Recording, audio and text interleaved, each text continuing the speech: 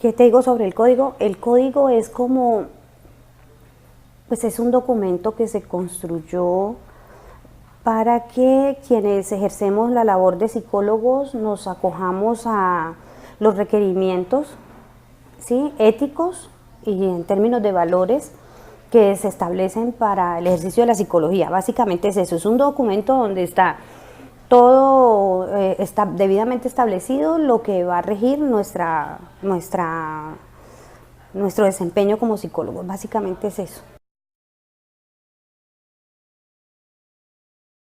A mí me parece interesante. Yo trabajé en el Colegio Colombiano de Psicólogos y podíamos analizar, por ejemplo, cómo el código era no solamente una oportunidad para que, por ejemplo, la gente o los psicólogos suelen a veces pensar, ay, es que ese código deontológico, eso es para que la gente como que sobre nosotros tenga una vigilancia. Sí, pero también hay una posibilidad en el código, hay una posibilidad, ¿sí?, en el código, no solamente de que la gente ejerza de alguna manera, porque está en su derecho, de saber los servicios que nosotros les ofrecemos, sino también para nosotros como profesionales tener un respaldo que antes no se tenía frente al funcionamiento o los servicios que nosotros prestábamos. Entonces es como en doble dirección.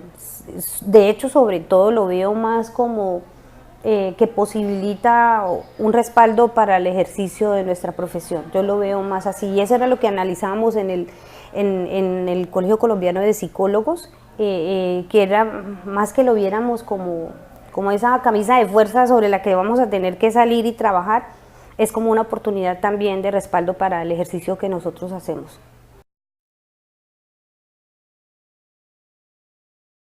Existe un tribunal de magistrados conformado por psicólogos, y lo que se hace es que frente a una falta que cometa un psicólogo, entonces se eleva una queja, se eleva inicialmente una queja que va al tribunal. A veces, de hecho, cuando yo trabajaba, vuelvo y les cuento, pues en el colegio, la queja la ponían en el colegio. Entonces en el colegio como que valorábamos y luego remitíamos al tribunal de acuerdo a lo que pues nosotros veíamos si ameritaba o no. El tribunal ya es conformado por magistrados que se ajustan a la ley y que toman decisiones en función del error o el respaldo que se le tenga que dar al profesional en psicología. ¿Sí? Entonces eso va desde sanciones de llamados de atención simplemente a la hoja de vida, hasta hacerlos públicos o hasta a veces sancionarlos con retenerle la tarjeta profesional o hasta la pérdida de la tarjeta profesional en casos pues ya pues extremos, ¿no?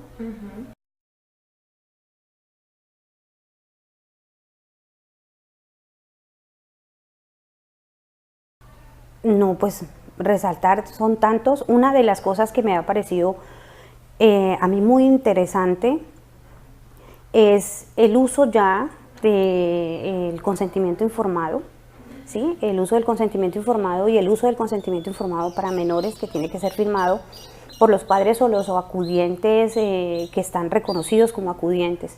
Eso me ha parecido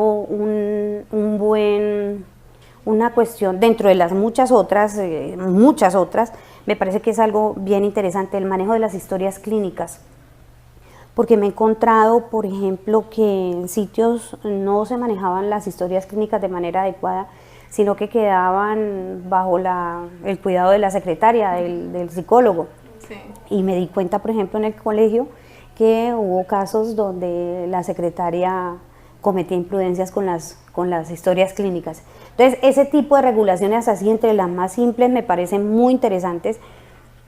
E insisto en que más que verlo como, ya ahorita todo lo que tenemos, ya toda nuestra profesión en lo que se ha metido es que también nosotros tenemos un respaldo con eso, ¿sí? Eso me parece supremamente importante.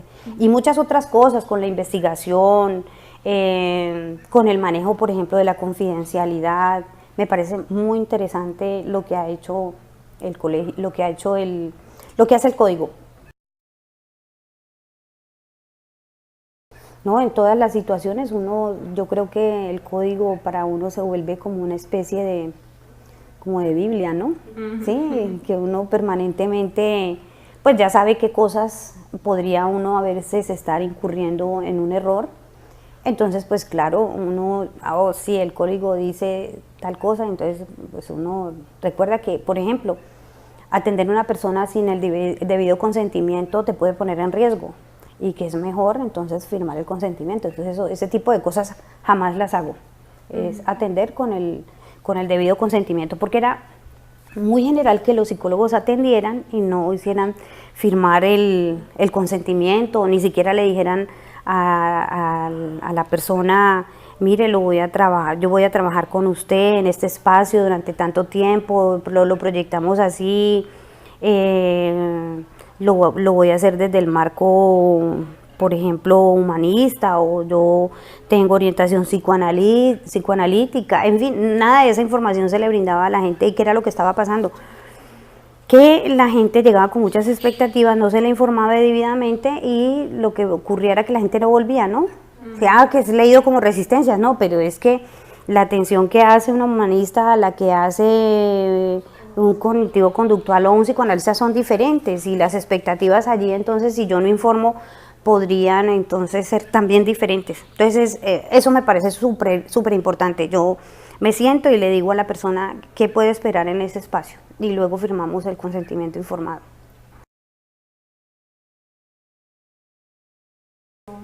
Pues la verdad no me ha pasado, no me ha pasado. La única situación incómoda que he vivido es que, por ejemplo, no quise atender una persona que había abusado sexualmente de una niña, y entonces yo dije, no, sencillamente no quiero valorar a esa persona, ¿sí?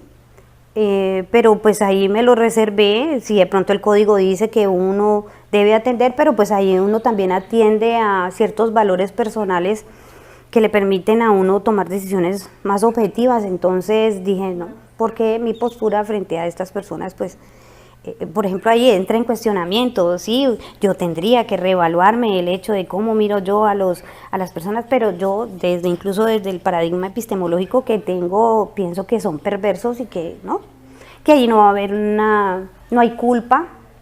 Y por ejemplo, como el que me llegó y como llegan casi todos, no es porque sea el deseo de ellos ir a consultar, sino vean, vaya porque sí, lo tienen que valorar, más no porque sea el deseo de ellos. Los perversos no van a consulta. Entonces allí, por ejemplo, ha sido como el momento más difícil y dije, no, realmente yo no quiero valorar a esa persona. Sí. Lo que pasa es que yo estudié hace bastante ratico. Y lo he aprendido en el ejercicio docente y en la práctica profesional, y sobre todo cuando trabajé en el Colegio Colombiano de Psicólogos, que yo era pues era una de las docentes representantes aquí de la facultad ante el colegio. Entonces yo era la de la plata, manejaba la plata en el colegio, y pues claro, me tocaba que asistir a las reuniones, a los debates y todo ese tipo de cosas, y ahí comencé como a meterme mucho más en este cuento, pero sí ha sido mucho del ejercicio más que en mi formación. Aunque, perdón, en mi formación lo vi. Sí. Yo recuerdo, por ejemplo, sí, claro, haber visto, pero no estaba tan estructurado. Pero sí, claro, sí alcancé a ver algo, pero no como que por ahí se lo dieron en un curso.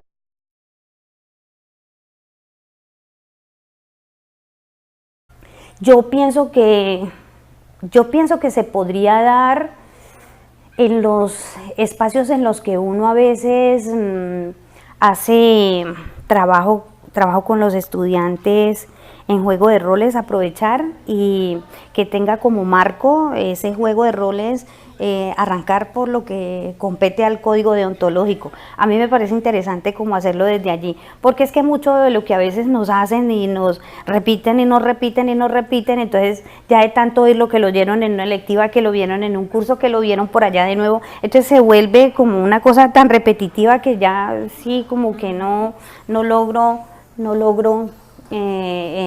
sí como concretar bien qué es, ¿sí? Entonces en ese sentido me parecería importante, sí, que haya como sí, que se tenga más especificado un curso, y que además de eso nosotros dentro de lo que trabajamos con ustedes podamos ir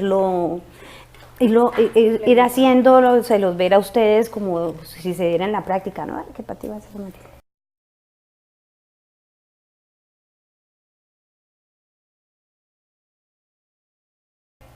Yo salí del colegio odontológico, del colegio de Colsip, y yo recuerdo que allí habíamos comenzado a debatir la necesidad de hacerlo específicamente por campos.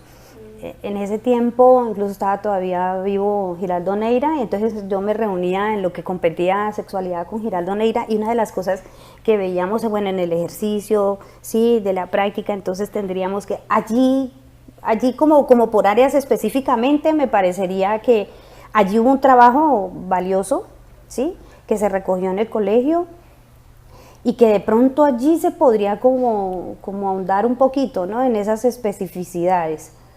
No es perfecto. ¿En qué otra cosa? Por ejemplo, pero es que yo no recuerdo haberlo leído, en la atención que ahorita están haciendo muchos psicólogos a través de medios virtuales, donde se atiende pues al paciente o cuando se visita en su casa. Entonces allí como que sí, bueno, sí, como que se regule algo de allí, pero es que no recuerdo haberlo leído. En todo el ejercicio que he hecho de lectura, no, en ese momento, por ejemplo, no recuerdo, se me ocurre como eso, ¿no?